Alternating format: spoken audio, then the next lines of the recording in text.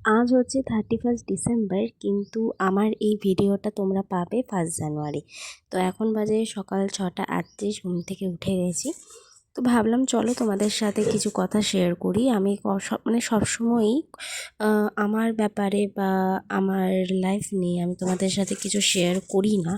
But আজ যেহেতু 31 December, তো এই 2025-এ আমার সাথে কি হয়েছে বা আমরা সবাই কি হারিয়েছি, কারণ এই বছরটা তো আমাদের সবারই সমান যায় না, সমান যায়নি, কোনো মানুষ তো আর সবার মতো সেম হয় না। কারোর স্বপ্ন পূরণ হয়েছে, আবার কারোর স্বপ্ন পূরণ হয়নি, কারোর প্রার্থনার উত্তর এসেছে, কারোর আসেনি, কিন্তু তবুও কিন্তু আমরা কেউ হাল ছাড়িনি।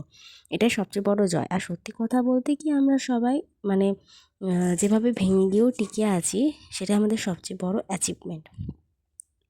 আমার কাছে প্রতিটা বছরই এক একটা চ্যাপ্টার, আগের চ্যাপ্টারে যা কিছু ভুল ছিল, যা কিছু ঠিক ছিল, সেটা নতুন চ্যাপ্টারে যেন কোনোভাবে প্রভাব না ফেলে সেটাই চেষ্টা করি। আর ভুলগুলো থেকে শিক্ষা নিই।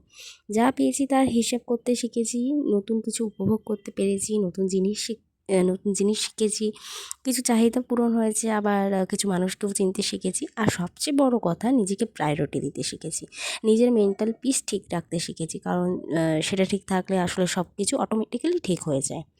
হ্যাঁ, অনেক কিছু এখনও পাওয়া বাকি, যেটা সময়ই সব ঠিক করে দেবে। আর সেই সঠিক সময়টার অপেক্ষায় আমি আজও ধৈর্য ধরে দাঁড়িয়ে আছি। সব প্রশ্নের উত্তর মানুষ তো দেয় না, সময় দেয়। তো 2025-এ, শুধু 2025 বলে না, 2024, 25 আর দেখতে গেলে 2023-এর হাফ আমি অনেকটাই কষ্ট করছি এবং এখনও পর্যন্ত কষ্ট করেই যাচ্ছি। এই বছরের শেষ দিনে জগন্নাথ দেব আর হনুমানজির কাছে আমার একটাই প্রার্থনা, যেন নতুন বছরে সবাই যেন ভালো থাকে, নিজেকে আর নিজের পরিবারকেও ভালো রাখতে পারে। আর হ্যাঁ, সবাই তোমরা নিজের খেয়াল রেখো, যেটা সবচেয়ে বড় ইম্পর্টেন্ট। তো সকালবেলা দেখতেই পেলে আমি অনেক কিছু, সকালবেলা কাজ ছিল। সবার যেমন 31 ডিসেম্বরে অনেক কিছু প্ল্যান থাকে, বাট আমার সেরকম কিছু প্ল্যান নেই। আগে যেখানে জব করতাম সেখানে 25 ডিসেম্বর থেকে 1 জানুয়ারি অবধি পুরো একটা প্ল্যানিং থাকতো। বাট যেহেতু এখন আমি ঘরে আছি, তো কোনো রকম আমার কোনো কিছু প্ল্যান নেই। ঘরে নিজের ফ্যামিলির সাথে সময় কাটানো এখন এটাই হচ্ছে সবচেয়ে বড় কাজ।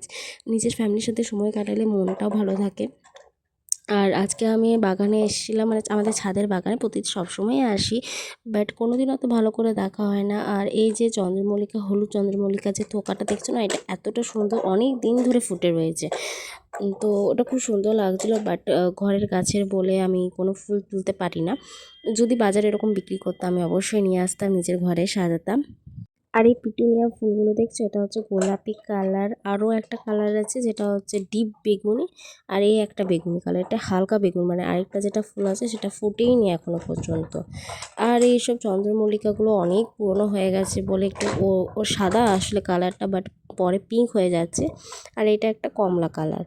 আর তারপরে অনেকগুলো গ্ল্যাডিওলাস লাগিয়েছে। এই গ্ল্যাডিওলাসগুলো খুবই সুন্দর লাগে, যেটা দেখলে একটা ফুটেছে, সকালবেলায় দেখিয়েছিলাম তোমাদেরকে যে পিচ কালারের একটা ফুটেছে। আর এই ইয়েগুলো তোমার গোলাপগুলো ফুটেছে। তারপর সারাদিন অনেক কাজ ছিল, সন্ধ্যেবেলার দিকে কালুকে খাবার দিতে গেছি। আর এখানে কালু মুড়ি খাচ্ছে, মুড়ি খেতে দেখলেন ওকে আমার বেশ ভাল লাগে। আর ওর না বেসিক্যালি, তোমাদেরকে বলেছিলাম ওর ঠান্ডা লেগেছে, সেই জন্য ওকে এই বিছানাটা করে দিয়েছি। ও নিচে থাকে, কিন্তু আমি এই বিছানাটা উপরে, যাতে সেটটা থাকে, ঠান্ডা না লাগে।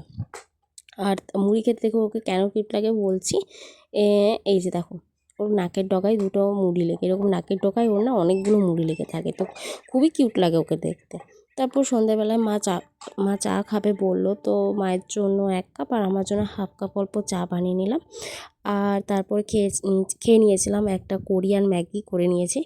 তো চলো, আজকের মতন এইটুকুনি। এই ভিডিওটা এই 2025-এর লাস্ট ভিডিও এটা আমার, যেটা যাবে 2026-এ। তো তোমরা সবাই ভালো থেকো আর নিজেরও ভালো রেখো। টাটা।